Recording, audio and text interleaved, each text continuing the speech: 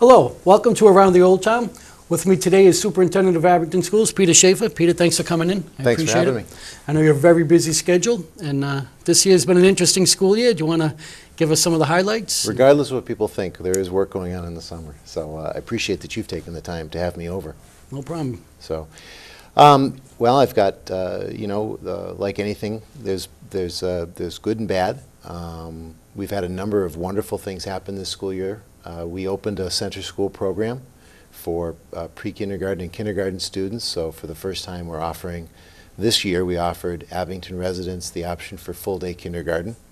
That's a tuition-based program, so they help pay for that, but it's nice to have that smaller learning community, smaller kiddos in their own building. Over at the center school, a great use for that building and a great program. They had a great first year. That's at one end of the system, and then at the other end of the system, we're very proud and excited that through the leadership of Terry Sullivan, the high school principal, and the department directors and the teachers at Abington High School, they regained the accreditation status with the New England Association of Schools and Colleges at our Abington High School. And so at both ends, we're very excited, and in the middle, continuing to work hard to improve the lives of students and student achievement. And we just had our graduation ceremony and wished off well our class of 2012. It was a wonderful class. Had a great sports season. Actually, just this weekend, our girls' softball team was in the state championship, and by all accounts, a great game. Lost by 1 run, but they were there, right, and just a great group of young ladies, and just excited to play at that level. So, just most importantly, they're just great young ladies too. Sure. Having a good experience with a high school sport. We'll start back with the kindergarten, the all-day kindergarten. Yeah. What's the cost for starting a program like that for the families? There's a over at the center school, there's a scale that depends on how many days you access. In other words, there's a preschool program also, and a pre-kindergarten and the kindergarten program. So it really depends on how many days you want to go, which is the way to do it, because then families who are busy may have their children with family members or other arrangements for them, so they can use however many days a week that they want. For the entire week, if you used it full time, it's about $3,200, which is less than the privates. And the good news is that it's because we're a public program, we have to be fully accredited in our center school program the way that the high school is. Sure. And so the standards there around the social, emotional, behavioral, and academic needs of the development of children at the earliest elementary level are all met and measured. So it's really the kind of program you'd want to have your kids in, right, for less money than you'd pay at one of the privates. Sure. Now, if something like that, obviously no one's going to come up with $3,200 up front. So you have some sort of, I'm not going to get into specifics, but they have a payment plan. Yes. That they'll be able to work out with you. There's a way to go online. Okay. And pay online. Is that abingtonps.org? Yes, it is. So. And then you mentioned the accreditation issue, Yep. which for a lot of people, most of us were misinformed, I being one, that we're actually not accredited at one point, but that was never the case. We were No. just in danger. Correct. Well, there are 3 different places for your accreditation. There's accredited, and then there's a warning, and there's a probation. So, we were very clear with people that we would run the risk of falling into warning. I think word for word, what people were told is it was likely we'd end up in a warning category with our accreditation. Okay. That's exactly where we ended up. Okay. And then we've worked to improve that program of studies back to where we're fully accredited. Now, I understand there were 2 major issues that put us in that type of situation, and it wasn't just academics, correct? It wasn't academics. Basically, it's a couple of things. The big things were community resources for learning, and those are the resources that are provided to the school so the school can do the job around teaching and learning. But that broke out into fees that were, one of the concerns was that certain students wouldn't be able to participate and have access to programs at the high school because they were charged fees beyond what the New England Association of Schools and Colleges was comfortable with. Okay, And we were left with an option: either we have it with a fee or we don't have it at all. sure. So it was, that's a bad decision to have to make. And so we made the best of the bad decisions that we could, and so, but we've changed that, so the fees are more in line. Okay, But then also, we lost our department directors that do the curriculum work around improving and aligning our curriculum so that in our classrooms, students are getting the most up-to-date information and curriculum aligned with what's required in Massachusetts. They're back doing that work. great. The days of a student walks in the room in September and you give them a book, and in June you test them on the book, are long, long gone. Sure. And so there's a great deal of work and incredibly high standards that are required. I'm gonna frame it this way. What we are required to do is provide rigor. It's got to be tough, and relevance. It's got to be relevant to what kids need to know to be successful in their lives and go to have access to colleges so that they can go where they want to go to school. And so we're in good shape. Those are all in alignment. One of the things we want to work toward at our high school in the coming years is the Mass Core. The Mass Core is the standard in Massachusetts, the recommended standard for curriculum. And we have students that do meet the rigor and the relevance and the standards of the Mass Core. And then we have other students that do not because of the way that they choose their schedules. Okay, And we want to push kids to take the most rigorous and the most relevant curriculum across the board possible, because that's how we do the best service for kids.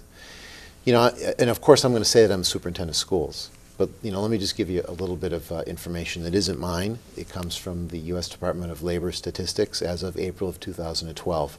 And I put this in my graduation speech, talking about the importance of education. The best way to have the longest, healthiest, and wealthiest life is through the best education that you can obtain, because that opens doors for you, even in a tough economic time. People with a bachelor's degree and a master's degree earn tens of thousands of dollars more than people with a high school diploma, and that's just statistically the fact. I believe it's with a master's degree, the average income in America as of April of 2012 is $60,000 a year. With a bachelor's degree, it's $50,000. And you know, people that don't graduate from high school on average make about $20,000 a year. sure.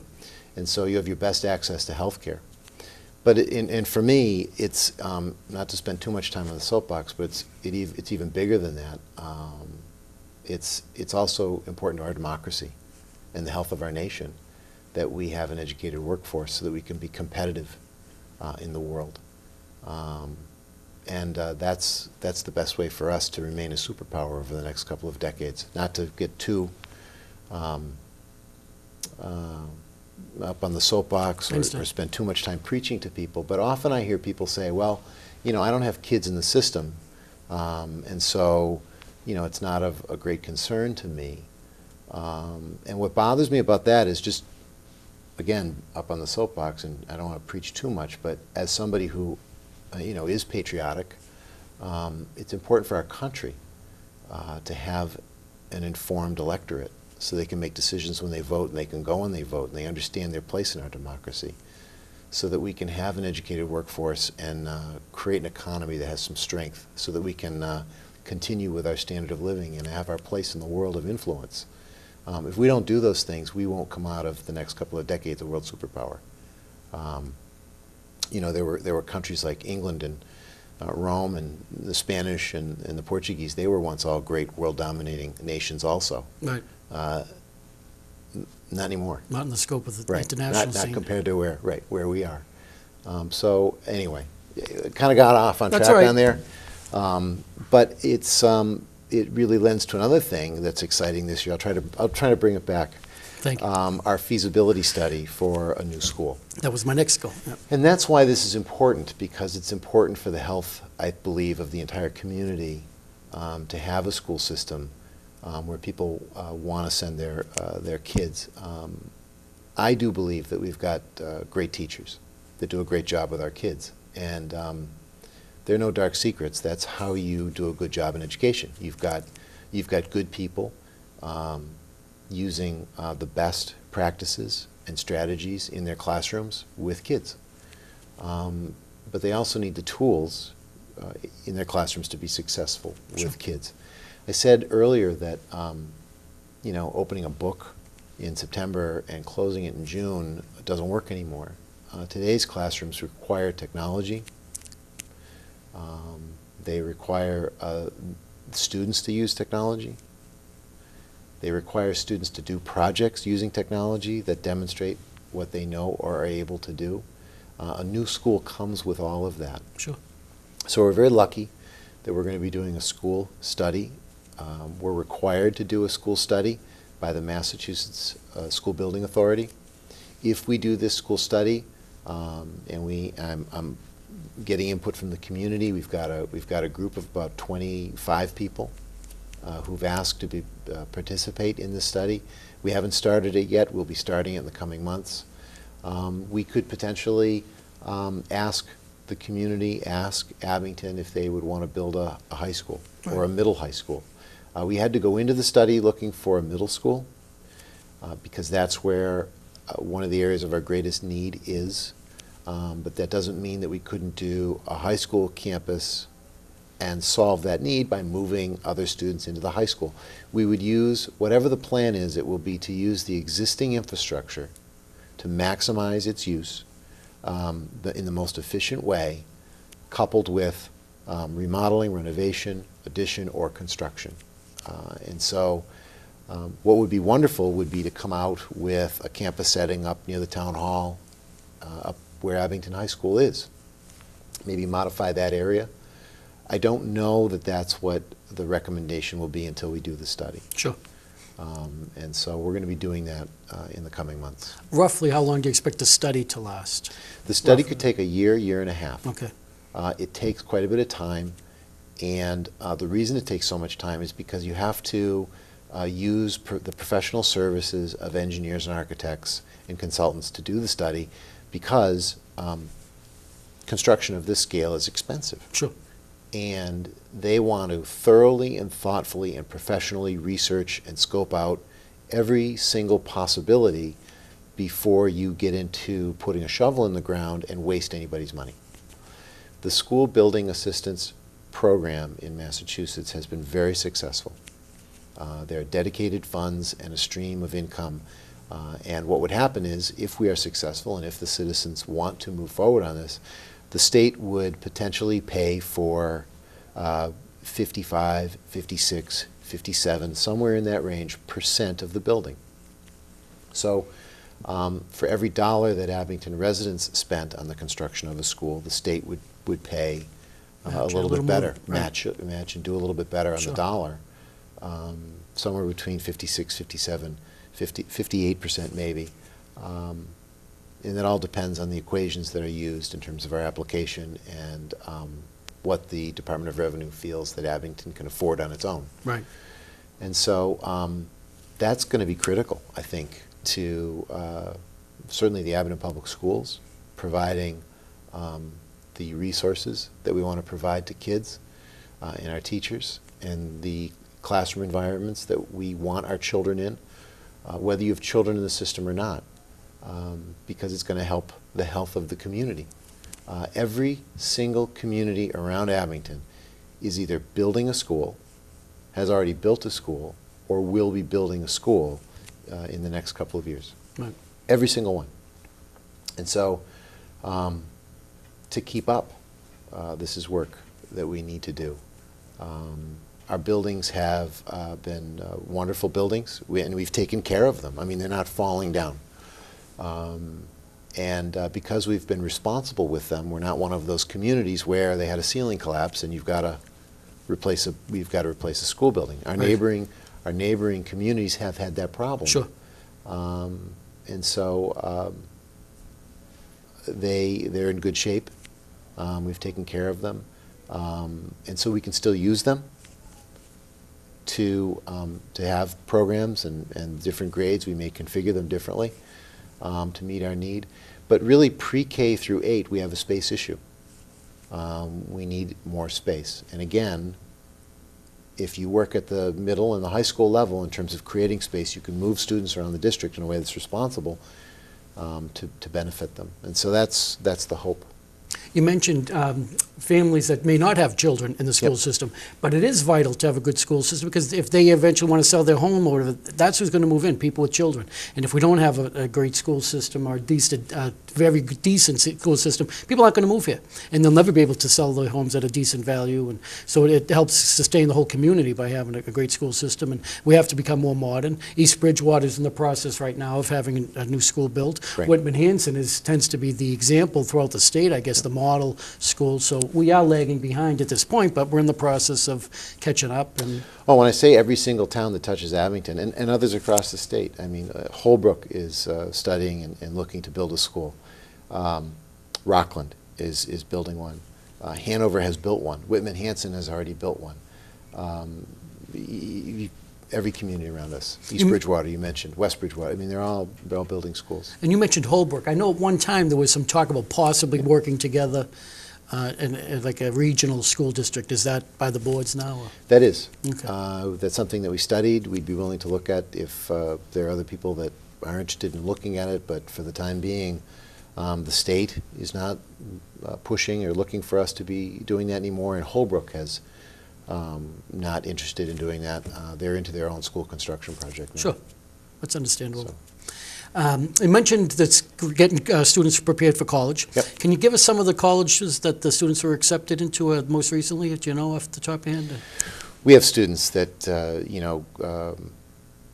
go to schools all across the country. Right.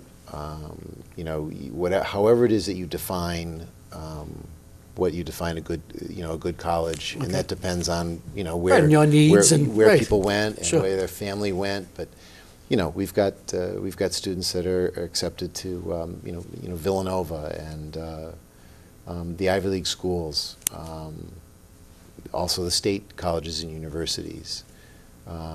Just you name it, across the board, at all private, public universities and colleges across the country.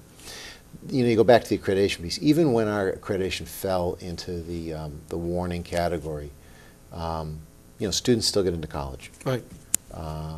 When you ask yourself, do you want your high school to be fully accredited, or in warning, you of course want it to be fully accredited. The most important piece is that when our kids apply to college, they have a transcript that's filled with relevant and rigorous credits and courses. You want them to be taking the tougher English and math and science courses, because when you're a college or a university admissions office and you're looking at two people coming from different towns, and your transcript has 120 credits on it and mine has 110, and you come from a different community where they had more AP, where they had more rigorous classes and more credits, and I came from a community that had fewer. Right. You and I aren't going to be there in the admissions office to explain to the admissions officer, well, their town supported education better and they had more classes in their college. Doesn't mean they're a better student than I am, but they certainly proved on a piece of paper that they are, right. because the classes you took were more rigorous. You're exposed to Correct. higher classes. And you can't have an accredited school without having that rigorous transcript. So that's why they go hand in hand.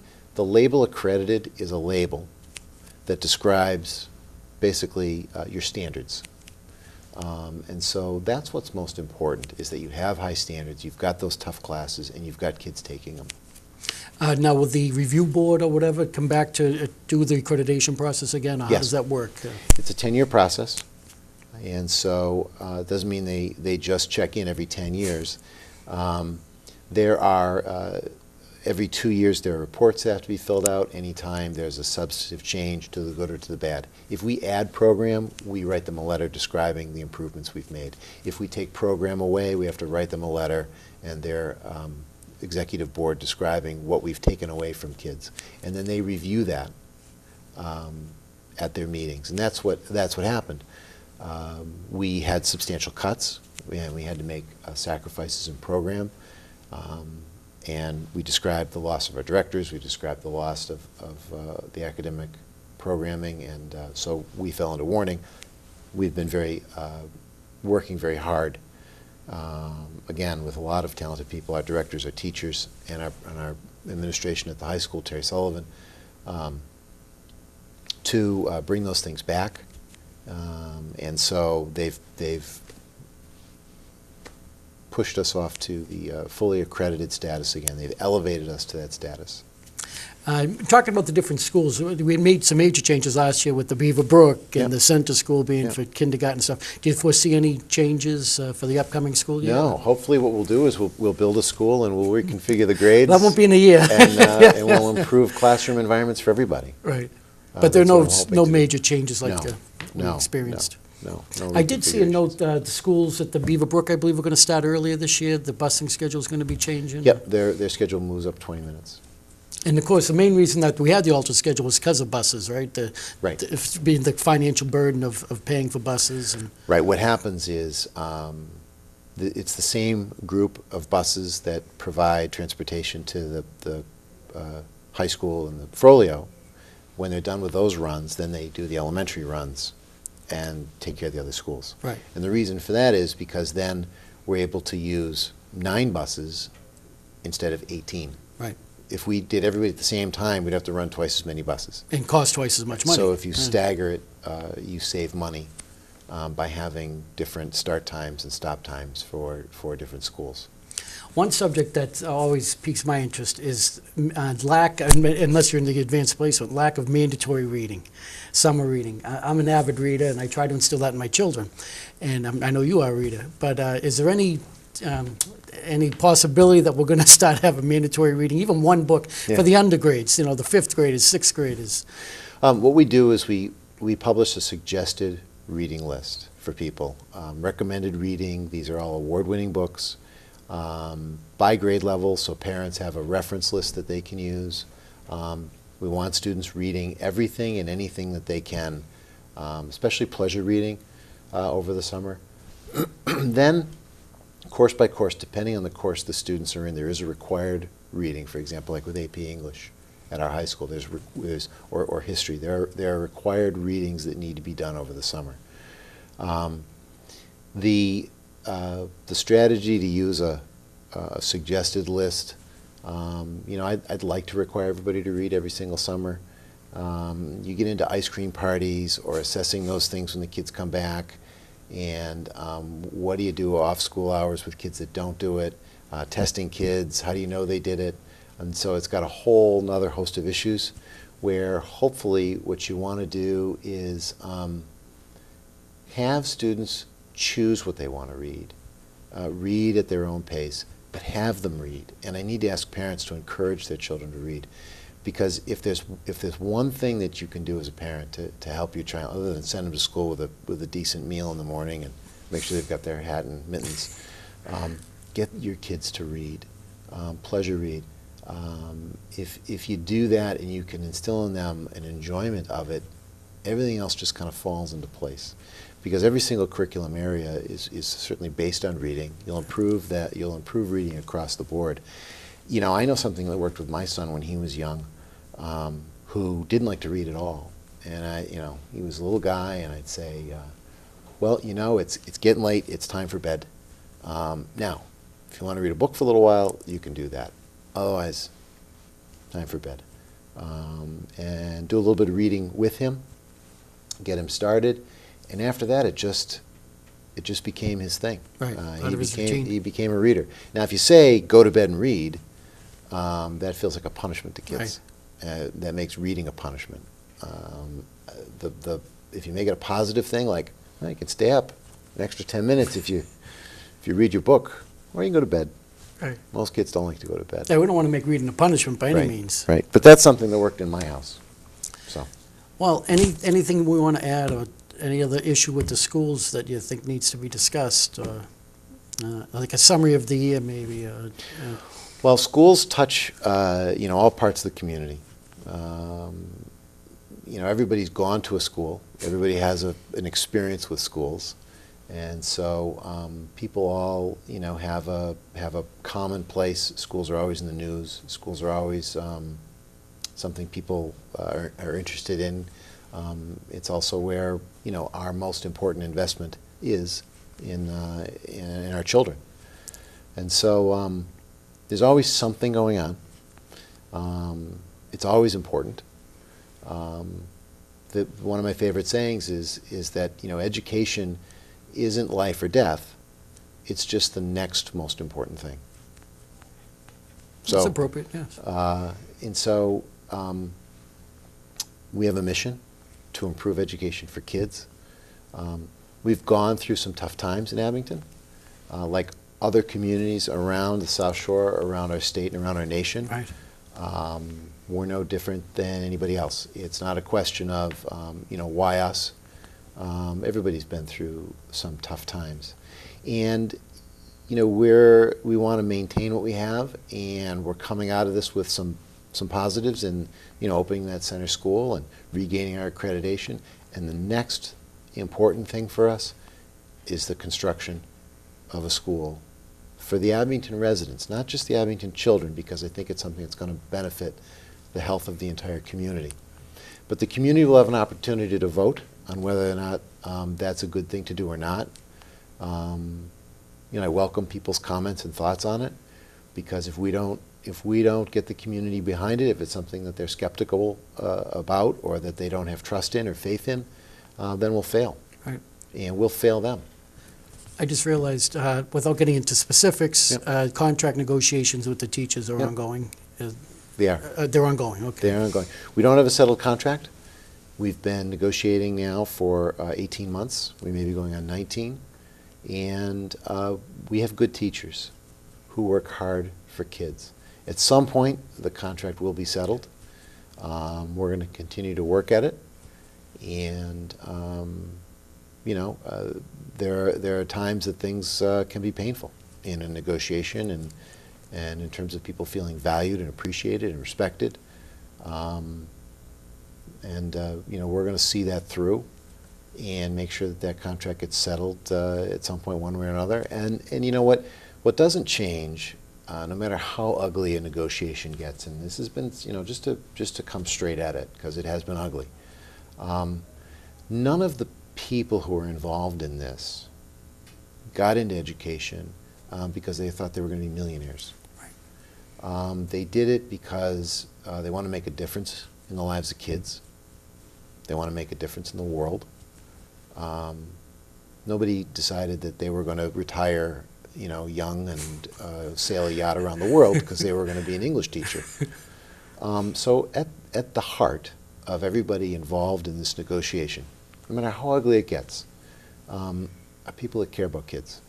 And in the end, at our core, it'll be settled, it'll work out, and we'll be left with people that care tremendously and work hard for kids. I went through this with the Boston Police. We actually went 3 years without a contract, so I can empathize with them. And people are getting paid, but the contracts negotiations are open. People are still talking. And We're talking. Yeah. Great. So. Okay, I can't think of anything else. I'm really thrilled now that we know we're accredited, and it's we're obviously on the right track, and any changes that are going to be made. It seems like we're picking up. So any changes that you'll be writing reports for are probably going to be on the positive. I don't see any changes, any cancellation of foreign languages or No. biology classes or anything. So No. we're on the right track. Yeah, we're actually taking in choice students this year. I don't understand what that is. Choice students are students that come from other towns into Abington. We're accepting students, well, we're full now, into our freshman class. Meaning, like if you're a Rockland student, you Correct. chose to come here. Correct. And now who pays for that? The state sends money to pay for their tuition to us. Okay. And so we accepted 5 students from surrounding communities, And so the hope is that those students then become sophomores, and we accept 5 more, then we have 10. Great, move it up. And what generally happens is these are families that are very invested in education, Obviously. because what they're willing to do is they're willing to drive their children from one town or another, get up in the morning and drive their kids in because you have to provide your own transportation. And so what generally comes are good students. Yeah, obviously, if they're willing to leave their own community to come to us, there's Right. a major decision there. And so, that's a benefit to the culture and the climate at Abington High School, having those students with us, and we're excited to have them. And I'm very excited that we got 5 students from another place, and that we want to look to perhaps grow that and improve that, in the years to come. Great. So with them come those tuition dollars that we can hopefully use to help benefit the program. And again, we start a positive, we take these positive and we continue a positive cycle, Great. building on the strengths. I can't think of anything else. We'll have you on again at the beginning, before school starts in August. We'll have you on and tell any changes that you've implemented prior to the opening of Great. school. Great. And thank you very much for coming on. Appreciate you having me. Well, it's important because a lot of information out there isn't from reliable sources. This Well- is the reliable source. I don't want to take up too much, I could comment on that.